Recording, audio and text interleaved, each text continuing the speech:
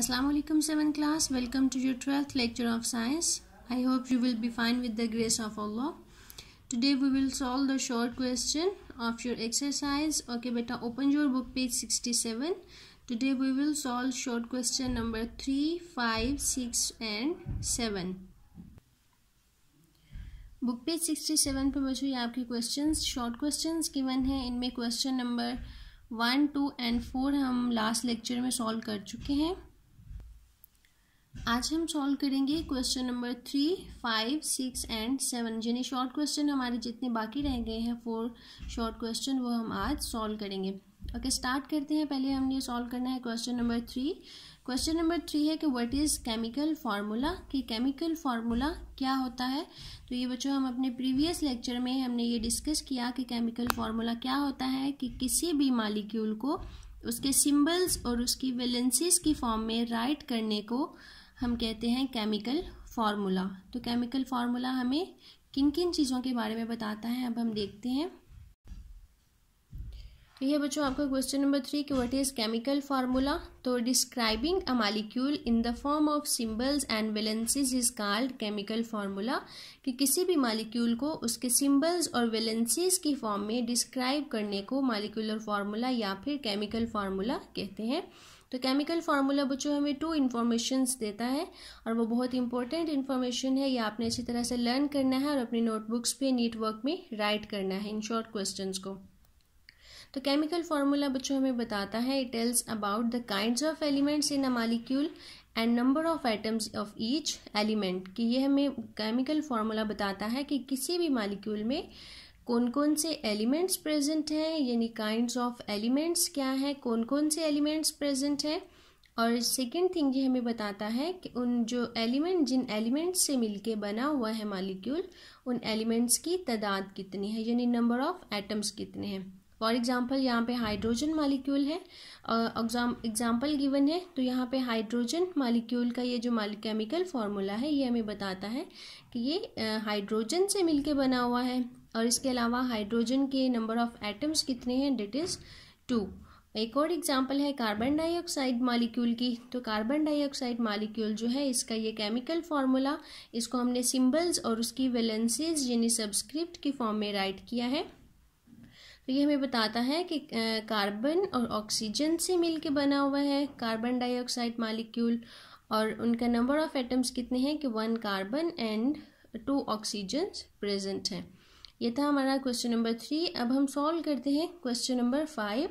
Question number 5 में बच्चों आपने बताना है कि how are the isotopes of an element are alike and how are they different. हम आइसोटोप्स के बारे में पढ़ चुके हैं. आज अब हम बताएंगे इस क्वेश्चन में कि आइसोटोप्स सेम किस वजह से होते हैं और वो डिफरेंट क्यों होते हैं. तो इसके लिए बच्चों पहले हम आइसोटोप्स की डेफिनेशन को रिकॉल करते हैं कि आइसोटोप किसे कहते हैं. तो the atoms of same element having same atomic number and different mass number that is known as isotope. कि आइसोटोप हम किन को कहते हैं कि सेम एलिमेंट के वो तमाम एटम्स जिनका एटॉमिक नंबर सेम होता है लेकिन मास नंबर डिफरेंट होता है उनको हम आइसोटोप्स कहते हैं. तो बच्चों आइसोटोप्स जो है वो तमाम जो एटम्स हैं किसी भी एलिमेंट के वो किस वजह से सेम होते हैं, क्योंकि because they have same atomic number. चूँकि उनका एटॉमिक नंबर तमाम एटम्स का सेम होता है इसलिए वो एक दूसरे से सेम होते हैं. और डिफरेंट किस बेस पे होते हैं, because they have different mass number. तो उन तमाम एटम्स का मास नंबर चूँकि डिफरेंट होता है इसलिए वो तमाम एटम्स एक दूसरे से मास नंबर की बेस पे डिफरेंट होते हैं. यहाँ पे हाइड्रोजन की एग्जांपल गिवन है. ये हाइड्रोजन एलिमेंट के 3 आइसोटोप्स हैं. First one is the protium, deuterium and tritium. तो ये बच्चों इनका आपको एटॉमिक नंबर नज़र आ रहा है. हम जो लोअर लेफ्ट साइड पे राइट करते हैं एटॉमिक नंबर जिसे हम जी से रिप्रेजेंट करते हैं. तो एटॉमिक नंबर इन तीनों हाइड्रोजन का सेम है, डेट इज़ 1. तीनों हाइड्रोजन में एक ही प्रोटॉन मौजूद है. तो एटॉमिक नंबर सेम होने की वजह से ये तमाम आइसोटोप्स जो हैं वो सेम होंगे, लेकिन इनका जो मास नंबर है वो आपको नज़र आ रहा है कि वो डिफरेंट है 1, 2 एंड 3.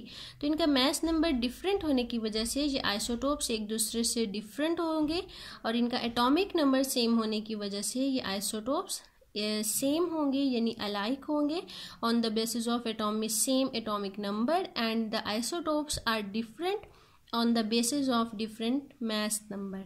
और इसके आपने ये एग्जांपल करनी है। इसके अलावा भी आपको जो भी एग्जांपल अच्छी लगे, कार्बन, ऑक्सीजन, हाइड्रोजन, और भी जो आपको एग्जांपल अच्छी लगे वो आप राइट कर सकते हैं। तो सेकंड क्वेश्चन, फिफ्थ क्वेश्चन भी हमने सॉल्व कर लिया है। अब हम सॉल्व करते हैं क्वेश्चन नंबर 6। क्वेश्चन नंबर 6 में बच्चों आपको गिवन है अ क्लोरीन एटम हैज 17 प्रोटॉन्स, कि एक क्लोरीन एटम है जिसमें 17 प्रोटॉन्स मौजूद हैं और 18 न्यूट्रॉन्स मौजूद हैं। तो इसमें हमने फाइंड आउट करना है mass number and atomic number. तो इस क्वेश्चन को हम बच्चों इस तरह से राइट करेंगे कि हमारे पास क्लोरीन एटम है और क्लोरीन एटम के बारे में क्या क्या इन्फॉर्मेशन हमारे पास गिवन है वो हम राइट करेंगे गिवन डाटा में। तो हमें गिवन है कि नंबर ऑफ प्रोटॉन्स इसमें 17 है और नंबर ऑफ न्यूट्रॉन्स इसमें 18 है। तो हमने फाइंड आउट क्या क्या करना है, मास नंबर हमने फाइंड आउट करना है और एटॉमिक नंबर जी फाइंड करना है। मास नंबर को हम ए से रिप्रेजेंट करते हैं और एटॉमिक नंबर को जी से। अब हम इसको सॉल्व करते हैं, सॉल्यूशन की हेडिंग देंगे। तो सबसे पहले हम सॉल्व करेंगे मास नंबर। तो मास नंबर बच्चों आपको पता है कि किसी भी एटम का जो मास होता है वो हम फाइंड आउट करते हैं by adding the number of protons and number of neutrons. यहाँ पे मैंने न्यूट्रॉन्स के स्पेलिंग कंप्लीट राइट नहीं किए, आपने कंप्लीट राइट करने हैं। या सिर्फ आप एन भी राइट कर सकते हैं और प्रोटॉन्स की जगह पे आप पी राइट कर सकते हैं। तो बच्चों मास नंबर इक्वल होता है number of protons plus number of neutrons. तो यहाँ पे हम राइट करेंगे कि मास नंबर को हम ए से रिप्रेजेंट करते हैं, प्रोटॉन्स को पी से एंड न्यूट्रॉन्स को एन से। तो नंबर ऑफ प्रोटॉन्स भी हमारे पास गिवन है, नंबर ऑफ न्यूट्रॉन्स भी गिवन है। तो इनको प्रोटॉन्स हैं 17 प्लस 18, इनको हम एडअप कर देंगे। The answer is 35। तो मास नंबर होगा क्लोरीन का 35। एटॉमिक मास जो है वो क्लोरीन का वो 35 होगा। अब हम फाइंड करेंगे एटॉमिक नंबर। एटॉमिक नंबर क्या है एक क्लोरीन एटम का? तो बच्चों एटॉमिक नंबर हम कहते हैं कि नंबर ऑफ प्रोटॉन्स, किसी भी एटम के न्यूक्लियस में जो नंबर ऑफ प्रोटॉन्स मौजूद होते हैं उसी को हम एटॉमिक नंबर कहते हैं और इसको हम रिप्रेजेंट करते हैं जी से। तो यहाँ पे हमारे पास गिवन है कि क्लोरीन एटम में नंबर ऑफ प्रोटॉन्स कितने मौजूद हैं, डेट इज 17। तो यहाँ पे हम पुट करेंगे कि Z is equal to number of protons. तो पी की जगह पे हम रिप्लेस कर देंगे 17 से कि नंबर ऑफ प्रोटॉन्स कितने मौजूद हैं, डेट इज 17। तो यही हमारा एटॉमिक नंबर होगा, यानी जो जितने नंबर ऑफ प्रोटॉन्स होंगे वही उसका एटॉमिक नंबर होगा, क्योंकि एटॉमिक नंबर कहते ही हम नंबर ऑफ प्रोटॉन्स को हैं। अब हम अपना क्वेश्चन नंबर 7 सॉल्व करते हैं। क्वेश्चन नंबर 7 है बच्चों, why the electrical charge on atom is zero और न्यूट्रल, कि एटम के ऊपर जो चार्ज है वो जीरो क्यों होता है या फिर एटम को हम न्यूट्रल क्यों कहते हैं। तो क्वेश्चन नंबर 7 के आंसर के लिए बच्चों आप ओपन करेंगे अपना बुक पेज 57। बुक पेज 57 पे यहाँ पे आपका आंसर गिवन है कि वाई इज एटम न्यूट्रल, कि एटम जो है वो न्यूट्रल क्यों होता है, उसके ऊपर कोई चार्ज भी नहीं होता।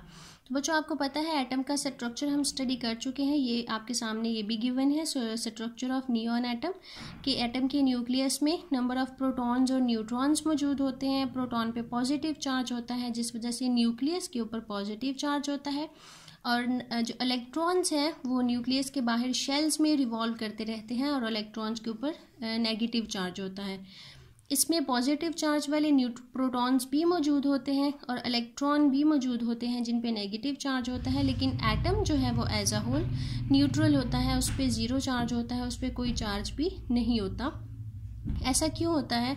इसके हम रीज़न पढ़ते हैं कि in an atom the number of proton is equal to the number of electrons. ये भी आप जानते हैं कि किसी भी एटम में नंबर ऑफ प्रोटॉन्स और नंबर ऑफ न्यूट्रॉन्स की जो तादाद है वो इक्वल होती है, यानी जितने प्रोटॉन्स होंगे उतने ही इलेक्ट्रॉन्स होंगे। तो इनकी तादाद जो सेम होती है, as a result the total positive charge of protons balances the total negative charges of electrons.